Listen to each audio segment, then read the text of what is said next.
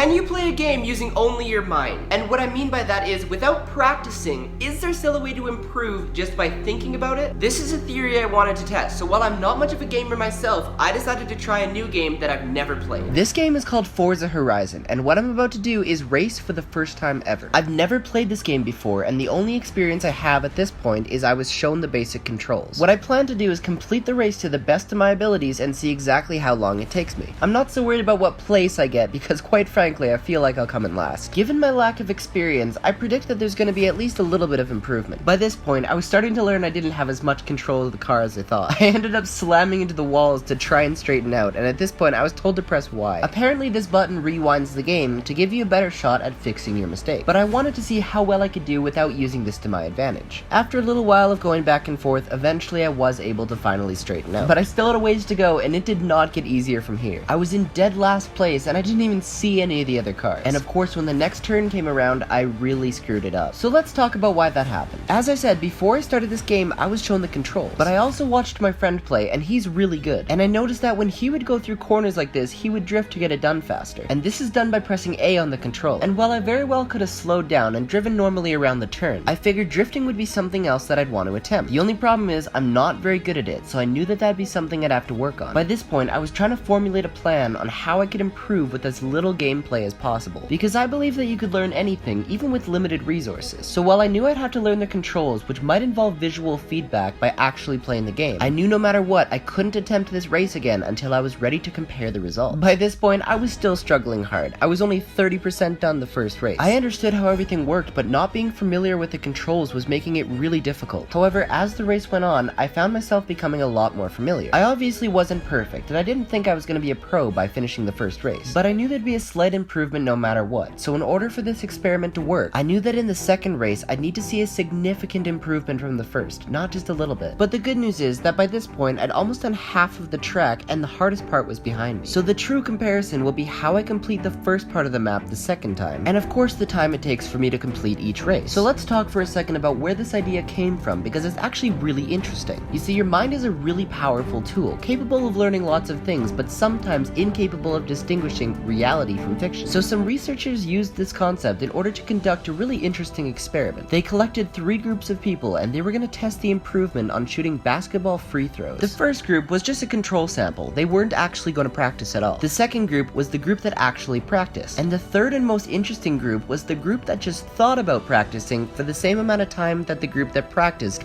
A few weeks later, they all got retested to see the improvement. Of course, the group that didn't practice didn't improve, and the group that practiced did improve. But the group that thought about practicing improved almost as much as the group that practiced. Not quite as much, but surprisingly close. So using this concept, I wanted to see how much you could apply that to the real world. So by this point in the game, I was on the final stretch. I was almost done. I was looking like I'd finish in last place, but I was optimistic about improving. All I had to see at this point was how long it took me before I could compare it to the next one. I sped up and crossed the finish line, unsurprisingly finishing in last place. And as for the time it took, it was just about 5 seconds short of 3 minutes. So I got to work on my plan. This is the map that I ran. I knew I'd need to study this later, but first I needed to get some more control of my car. I couldn't practice running the map because that would be cheating, so instead I found a single corner and practiced doing that. I figured this would help me not only with the basic control of the car, but also the drifting as well. This would allow me to get the corners done a lot faster and more efficient. I was slowly getting the hang of it, and for the next half hour, this corner was the only thing that I did. I would try and figure out what different speeds would be easier or harder to turn at, and try and master it so I can keep the car's orientation exactly how I wanted it. I got better pretty quickly, but I kept going just doing this one turn. In the short amount of time that I had, I figured this would be a really powerful tool to see exactly how good I could get. And while at this point I already felt like I'd do better if I did the race again, I took it a step further by implementing part 2 in my plan to make it even better. This is the map of the racetrack, and my goal was to visualize it until I knew it like the back of my hand. I wanted to figure out exactly what kind of turning I'd be doing and what I'd need to expect. I would close my eyes and imagine going all the way through from beginning to the end. After a little while of doing this, I finally felt comfortable to start the second race. Competing against a time of 3 minutes and finishing in last place, I wanted to see how this could be different. I was feeling a little bit nervous, but I was really excited to try, and I felt like I would do a lot better. Right off the bat, it felt different. I felt like I wasn't trying to get control of the car, rather strategize how I was gonna win. I wasn't sure that I was gonna win though. Honestly, coming in the top 3 would mean that I've improved a lot, but I noticed I did feel more comfortable. Rather than trying to stay on the tracks, I was trying to pass cars instead. It was really early on into the race, but I had a good feeling about it, at least compared to the first time. I knew a corner was coming coming up ahead, so I prepared for it, but I turned a little bit too sharply. However, compared to the first one, it wasn't so bad, and with a little bit more time, the improvement could probably be better. However, I was still almost in last at this point, so I had some catching up to do. I made an attempt to pass the car in front of me, but unfortunately failed. It slowed me down a bit, putting me back in last place, but there was still a lot of time left. Now it was coming up on those corners that I really had to prepare for. But unfortunately, I came out turning a little bit too sharp. I was still doing better than the first race, but I was still in last place, and I knew I'd have to make a quick comeback. And if I could move up in the rankings to 4th or 3rd, I think that would be insane. Coming up on the next corner, I made a really smooth cut in front of the car ahead of me, and made an attempt to pass the car I couldn't earlier, and somehow I did. I was up to 6th place, and the hardest part of the race was over. I just needed to pass these cars. I had much better control of the car and was focusing primarily on decisions that would take a little bit more skill. It was getting intense as most of the cars were clumped together, but I was determined to pass. By this point, I was about halfway done the race, which gave me a lot of time to still pass them, but a lot of time to also fall back. But no matter what position I placed in, the biggest thing was how much of a time difference I could improve. Yet my competitive nature took the best of me, and at this turn, I made an attempt to pass more cars. And somehow, surprisingly, I took the lead. This is pretty impressive, considering the first time I didn't pass a single car, but I knew it would be tough to hold it. Luckily, I knew the turns of the map, and while I wasn't perfect, I was a lot better than the first time at sticking to the road. I could tell the other car was right on my heels though and wasn't gonna give up without a fight. I knew that with one small slip up, everything could be over. It was practically neck and neck at this point, and at the next turn, he actually passed me. But after just a couple seconds, I caught back up and took the lead again. If I could hold it for the final stretch, I knew I had the victory. And I was really excited to see the time, to see if there was a significant difference. I guess this really shows that anything is possible if you're willing to put your mind to it. I finished in 1st place compared to last on the first one, and I finished with a time of almost 50 seconds faster.